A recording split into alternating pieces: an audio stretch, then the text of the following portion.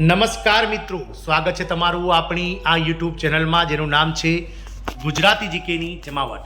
તો કેન્દ્ર સરકારના મિત્રો 1.15 કરોડ કરતાં વધારે કર્મચારીઓ સાથે જ મિત્રો વિવિધ રાજ્ય સરકારોના કર્મચારી અને પેન્શનર્સો કે જેઓ ઘણા લાંબા સમયથી કોરોના સમય એટલે કે 1 જાન્યુઆરી 2020થી લઈ અને 30 જૂન 2021 સુધી એમ 18 મહિના સુધી જે કેન્દ્ર સરકારના કર્મચારી પેન્શનર્સોના ડીએ રોકવામાં આવ્યા હતા તે ડીએ બાકી એરિયર્સને લઈ અને કેન્દ્ર સરકારના કર્મચારીઓ માટે ગતરોજ કેન્દ્ર સરકારના નાણાં વિભાગ દ્વારા મહત્વના સમાચાર બહાર પાડવામાં આવ્યા છે.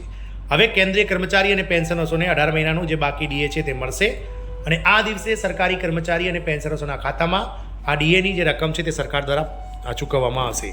જાણીએ આજના વિડીયોમાં વિગતવાર કે સરકારી કર્મચારી પેન્શનર્સો આનંદો સરકાર દ્વારા 18 મહિનાનું બાકી ડીએ એરિયર્સ કયા દિવસે ચૂકવવામાં આવશે, કેટલા હપ્તામાં આ એરિયર્સ મળશે, તમામ માહિતી સાથે આજના વિડીયોમાં આપણે ઉપલબ્ધ છીએ.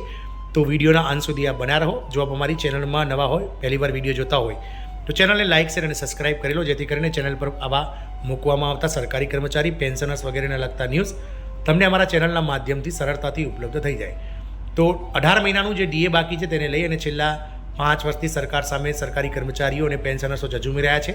ઘણીવાર મિત્રો સરકારના અલગ અલગ વિભાગોના જે અધિકારીઓ છે તેમજ મિત્રો NCM કે જેઓ સરકાર અને પેન્શનર્સ અને કર્મચારીઓ વચ્ચે કડીરૂપ કામ કરે છે તેઓ પણ સરકારને અવારનવાર પત્ર લખી તેમજ મિટિંગ્સ દ્વારા જે છે તે 18 મહિનાનું ડીએ કર્મચારીઓનો હક છે અને સરકાર દ્વારા કોરોના સમય એટલે કે 1 જાન્યુઆરી 2020, 1 જુલાઈ 2020 અને 1 જાન્યુઆરી 2021 એમ કુલ 3 જે હપ્તા છે મોંઘવારી ભથ્થા અને મોંઘવારી રાહતના તે અટકાવી દેવામાં આવ્યા હતા, જેને લઈ અને સરકાર દ્વારા 18 મહિનામાં 34,400 કરોડ કરતાં વધારે રકમ બચાવવામાં આવી હતી. હવે જ્યારે સરકારની સ્થિતિ સારી થઈ ગઈ છે અને દેશની આર્થિક જે ગાડી છે તે મિત્રો પાટા પર આવી ગઈ છે, ત્યારે કર્મચારીઓ આ બાકી ડીએની રકમ ક્યારે મળશે તેને લઈ અને સરકાર સામે કુતૂહલપૂર્વક જોઈ રહ્યા છે. ગતરોજ નાણાં વિભાગ દ્વારા આ બાબતને લઈને મહત્વનું અપડેટ બહાર પાડવામાં આવ્યું હતું.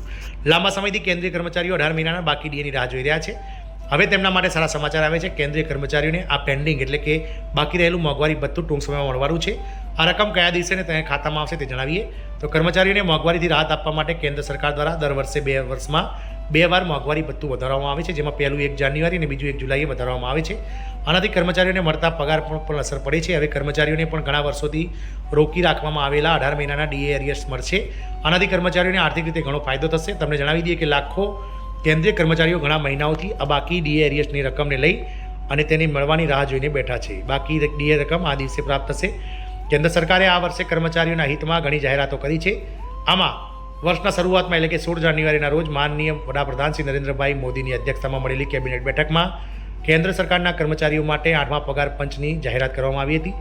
સાથે જ મિત્રો બજેટની અંદર એટલે કે ફેબ્રુઆરી મહિનામાં જ્યારે કેન્દ્રીય નાણામંત્રી શ્રીમતી નિર્મલા સીતારામન દ્વારા જ્યારે ટેક્સ સ્લેબમાં ફેરફાર કરવામાં આવ્યો ત્યારે 12.75 લાખ રૂપિયા સુધીની આવક હવે જે છે તે કરમુક્તિમાં લેવામાં આવી છે. હવે 18 મહિનાના પેન્ડિંગ ડીએ અંગે પણ એક મોટું અપડેટ આવી છે.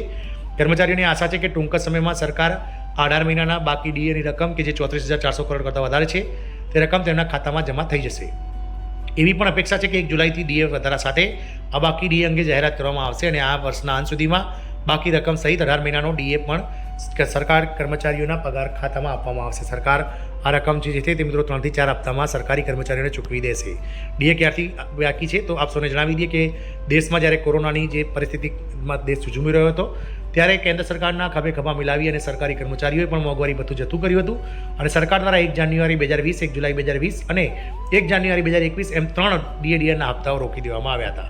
કર્મચારી સંગઠનો હજુ પણ માંગ કરી રહ્યા છે. ઘણા કર્મચારી સંગઠનોએ સરકાર પાસે માંગ કરી છે કે 18 મહિનાનું ડીએ એરિયર્સ અને અપડેટ તેમના ખાતામાં 3 હપ્તામાં જમા કરાવી શકાય. આનાથી સરકાર પર કોઈ બોજ નહીં પડે અને કર્મચારીઓને આર્થિક સહાય મળશે. તમને જણાવી દઈએ કે હાલમાં કેન્દ્રીય કર્મચારીઓને 55% દરે 1 જાન્યુઆરી 2025થી મોંઘવારી ભથ્થું આપવામાં આવી રહ્યું છે. આ વખતે ડીએમાં કેટલો વધારો થશે? હવે આ વર્ષનો બીજો ડીએ એટલે કે 1 જુલાઈ 2025થી જે વધારો થવાનો છે સરકાર નવેમ્બરમાં તેની જાહેરાત કરી શકે છે. માર્ચ સુધીના ઓલ ઇન્ડિયા કન્ઝ્યુમર પ્રાઇસ ઇન્ડેક્સના ડેટા અનુસાર આગામી મોંઘવારી ભથ્થામાં ઓછામાં ઓછો 3% વધારો થઈ શકે છે અને મોંઘવારી ભથ્થું કેન્દ્ર સરકારના કર્મચારીઓ માટે 58% સુધી પહોંચી શકે છે. ડીએને ફૂલ પગારમાં મર્જ કરવામાં આવશે. 8મા પગાર પંચના અમલીકરણનો સમય નજીક આવી રહ્યો છે એવું કહેવામાં આવી રહ્યું છે કે તે 1 જાન્યુઆરી 2026થી અમલમાં આવશે. આવી સ્થિતિમાં એવી ચર્ચાઓ છે કે કર્મચારીઓને આપવામાં આવતો વર્તમાન ડીએ ત્યાં સુધીમાં 58% સુધી પહોંચી જશે અને નવા પગાર પણ લાગુ થતાં જ તેને મૂળ પગારમાં મર્જ કરી શકાય છે. જોકે સરકારે હજુ આ સુધી અપડેટ્સ મહત્વના આપ્યા નથી. આમ 18 મહિનાના જે બાકી ડીએને લઈ અને સરકાર આગામી નવેમ્બર મહિનામાં સરકારી કર્મચારીઓના મોંઘવારી ભથ્થા 1 જાન્યુઆરી 7 જુલાઈ સાથે જાહેરાત કરી શકે છે. જય હિન્દ, અસ્તુ.